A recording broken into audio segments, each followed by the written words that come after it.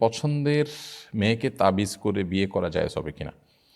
পছন্দের মেয়েকে আপনি বিয়ে করতে চান, বিয়ের আগে পছন্দ করে সেখানে এক ধরনের সম্পর্ক তৈরি করা, বিবাহ বহির্ভূত সম্পর্ক যেটি কে বলা হয় এবং যেটিকে আমরা আজকাল প্রেম ভালোবাসার নাম দিই, এটা সম্পূর্ণ নাজায়েজ একটি কাজ, এতে কোনো সন্দেহ নেই। তবে যদি সেই পর্যায়ে কেউ না যান, শুধুমাত্র তার নানান দিক, বিশেষ করে দিনই কারণে তাকে ভালো লাগছে, তাহলে সেক্ষেত্রে বিয়ের প্রস্তাব দিবেন। স্বাভাবিকভাবে বিয়ে হলে হবে, না হলে নাই। কিন্তু তার জন্য তাকে তাবিজ কবজ করা এবং নানাভাবে তাকে বসে আনার চেষ্টা করা হারাম, এবং এগুলো বেশিরভাগ ক্ষেত্রে শিরকের দিকে মানুষকে নিয়ে যায়, যার কারণে এগুলো কোনো অবস্থাতে জায়েজ নাই। সৎ উদ্দেশ্যে এই ধরনের কাজ করার কোনো সুযোগ নেই। রবিনে আপনি লিখেছেন, ঘরে কোনো মানুষের ছবি বা কোনো প্রাণীর ছবি থাকলে ওই রুমে কি নামাজ পড়লে নামাজ হবে? ঘরে যদি কোনো মানুষের ছবি, কোনো প্রাণীর ছবি থাকে, তাহলে সেক্ষেত্রে ওই রুমে নামাজ পড়লে নামাজটা মাকরুহ হবে। যদিও আপনার বিকল্প কোনো জায়গা না থাকলে, অন্য কোনো রুম না থাকলে, নিরুপায় হলে সেই জায়গা নামাজ পড়লে নামাজ হয়ে যাবে। প্রয়োজনীয় ছবি নামিয়ে কিংবা ঢেকে তারপর নামাজ পড়বেন। একান্ত আপনার সামনে যাতে ছবি না থাকে, দৃশ্যত ছবিকে সিজদা করছেন, সেটাও যাতে বাহ্যিকভাবেও যাতে সেরকম মনে না হয়, দেখা না যায়, সেই জিনিসটা খেয়াল রাখতে হবে। এবং ভিন্ন কোনো রুমে গিয়ে সালাত আদায় করতে পারলে সেটা বেটার হয়, যদি এই ছবিকে কোনোভাবে ঢেকে রাখা না যায় বা নামানো না যায়।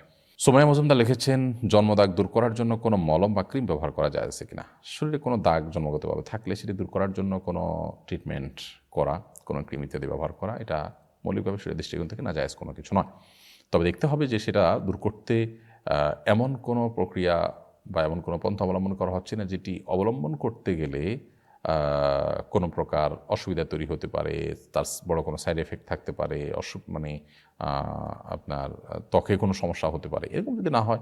কারণ আজকাল আমি জানি যে এই ধরনের অনেক কিছু মুখরোচক সোশ্যাল মিডিয়াতে বা অনলাইনে আপনার সেল হয়ে থাকে, যেগুলো মানুষের জন্য ক্ষতিকর। যদি সেরকম কোনো সাইড এফেক্ট না থাকে, কোনো অসুবিধা নেই। জন্মদাগ দূর করার জন্য মলম ইত্যাদি ব্যবহার করা যেতে পারে। যমজ বাচ্চাদের ভূমিষ্ঠ হওয়ার পর 2 জনের জন্য কি আলাদা আজান দিতে হবে? অবশ্যই 2 জন বাচ্চা যদি একসাথে ভূমিষ্ঠ হয়, যমজ হয়, তাহলে সেক্ষেত্রে তাদের উভয়ের জন্য আজান দিতে হবে আলাদা। শোয়েব আহমদ আপনি লিখেছেন, জেনারেল ছাত্ররা দিনের পথে আসার জন্য অনেক ইবাদত করে, কিন্তু কিছুদিন পর আবার বিপদগামী হয়, এ থেকে বাঁচার উপায় কী? দিনের পথে আসার জন্য অনেক চেষ্টা করেন, অনেক স্ট্রাগল করেন, আলহামদুলিল্লাহ।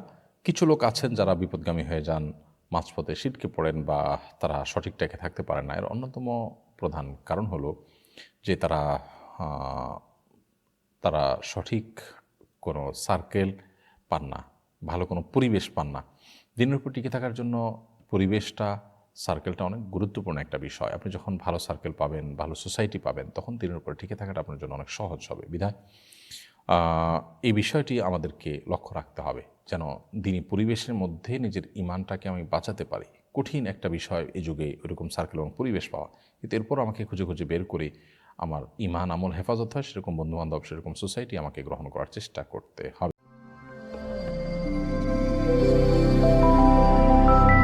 A to Z Bangla, follow the rules of Islam.